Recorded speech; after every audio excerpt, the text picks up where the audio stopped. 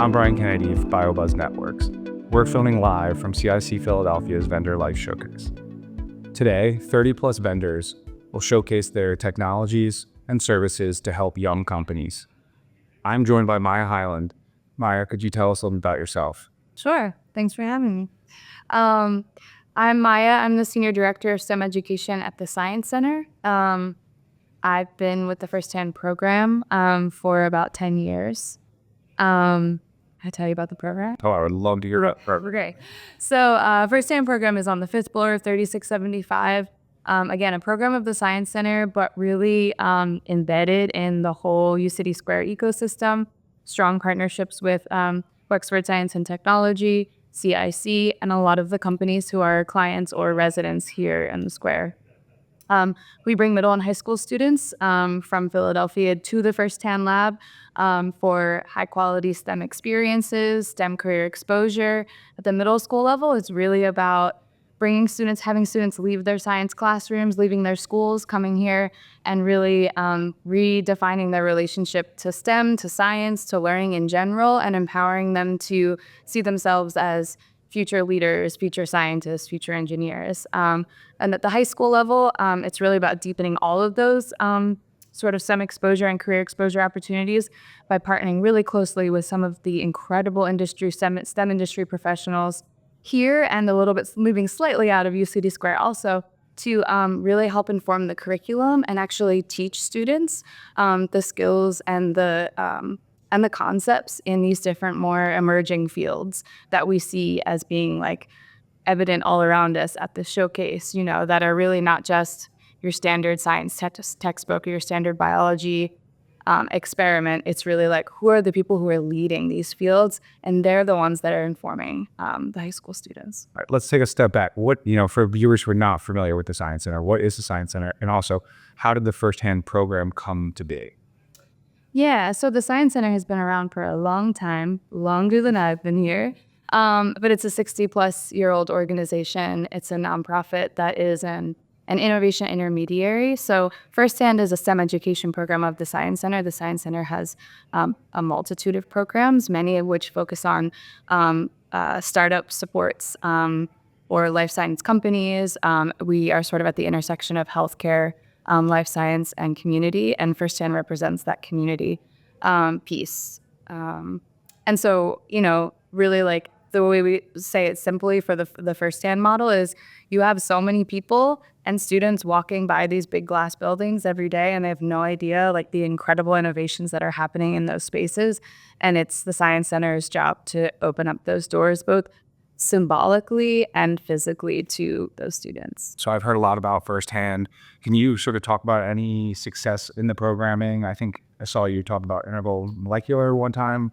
Yeah, I mean, I think some of there's very specific stories about students who are, just finished their internship at Amazon Web Services and have gone through like our cybersecurity high school program and have started in the middle school program by just being interested in science and helping them on that path. And then there's just like the general level of collaboration that is happening in UCity Square between like the players that I mentioned before, but specifically some of the companies. There truly is a culture here of you don't just go to work for that biotech company or that cancer therapeutic company, but you're going, and then you also 3 times a year you mentor middle school students on what cell engineering is and take them through a hands-on activity. So Integral Molecular is a great example. They have been a partner with us since we started with some crazy idea, 10 years ago, like, we're going to bring some middle school students here. Can we come up with something fun? So they leave being like, actually, I want to be there one day. And so it's great because it really opens up the idea of education as we think about all of these companies being innovative.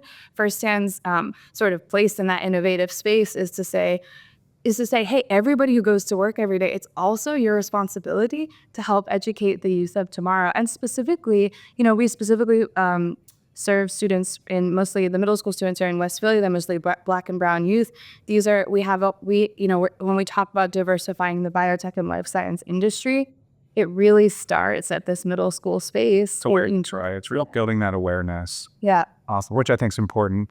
You've been involved in a long time with this program. What drives you to really help drive awareness for these kids, helping them eventually, get a good job in a field that it's only growing? Yeah, I mean, I know we're on the record, but off the record, I think it's like, yeah, sure, there's a whole workforce that needs to be filled, and I want the students who live right down the street to be able to work at the company that's right down the street. That's all true, but like what drives me, and I think a lot of my staff in this program is, we just had a middle school student showcase, and I asked the student about what's their experience coming here every week. And they weren't like, now I know more STEM skills, They're like, I love coming here because I feel a freedom that I don't have in school to like do and experience and try out things that I don't get to normally try out. And to me, that confidence building and that freedom, like using that word freedom to learn and to like grow into yourself, is something that I think Firsthand does on all levels and is really an integral part of the experience of being a teenager, that we can provide that schools can't always provide. So for 2025, where do you see the program? Do you guys have any new initiatives or any new opportunities? So continuing to build out our high school sprints. So, our high school programs are about like deep dives into these different emerging industries and content areas. The world is constantly changing, right? So really continuing to build partnerships where we're bringing in industry leaders to help us inform and deliver content to high schoolers so they know about who is in their city and who are the leaders and what are those careers ahead of them. And as I was saying, the also another exciting sort of initiative is supporting our alumni. So now 10 years later, we have, over 2,500 students who have gone through our Firsthand program. They're all still out there in the world, and they're not all in a STEM major, have a job in STEM, and so it's really like what our job now is to say, where are the gaps? How can we be a better connector? As I said earlier, the Science Center being an intermediary, it's not always just about building the new program. It's also about connecting students to be successful to other opportunities. So that alumni support is something that we're really dipping our toes in and hope to have a lot more to share in 25. So. Being in UCity Square and CIC, how do you work with them to sort of help them with what they're doing, but also for you to get exposure to these students? How do you guys work together? Yeah, I mean, I think this is a really unique, even just building like a micro ecosystem here, because we meet regularly with our partners, like with CIC, just sort of leadership, but also they are bringing in clients who are our prospective mentors. So, and honestly, for them to share when they take prospective clients on tours, right, to share like coming to UCity Square, coming to CIC, it's not, there's a job, and then there's also like a community of different opportunities that are available to get involved. It's like, it's like, this is cheesy, but it sort of like opens up what like going to work looks and feels like. And so, yeah, when you have that reliance where like CIC's clients are also prospective mentors and they are showing us what is emerging, who are the leaders in innovation, that puts us in a really great intersection of like really improving education and opportunities for our students. So I hope that answered your question. Oh, absolutely. I guess my last question for you is for listeners out there, how do they get involved if they want to be a mentor? Do you guys bid on new mentors, and what are ways that people can volunteer their time? Yeah, totally. I mean, we are always open to new mentors. We have regular events we call donut drop-in days in January and September that you can come and learn more.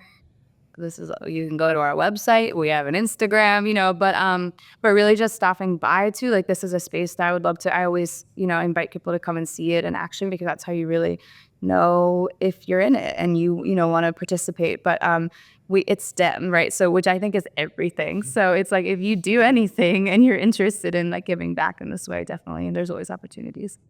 For students also, I mean, high school students can apply to any of the sprints as long as you are in the Philadelphia region. So.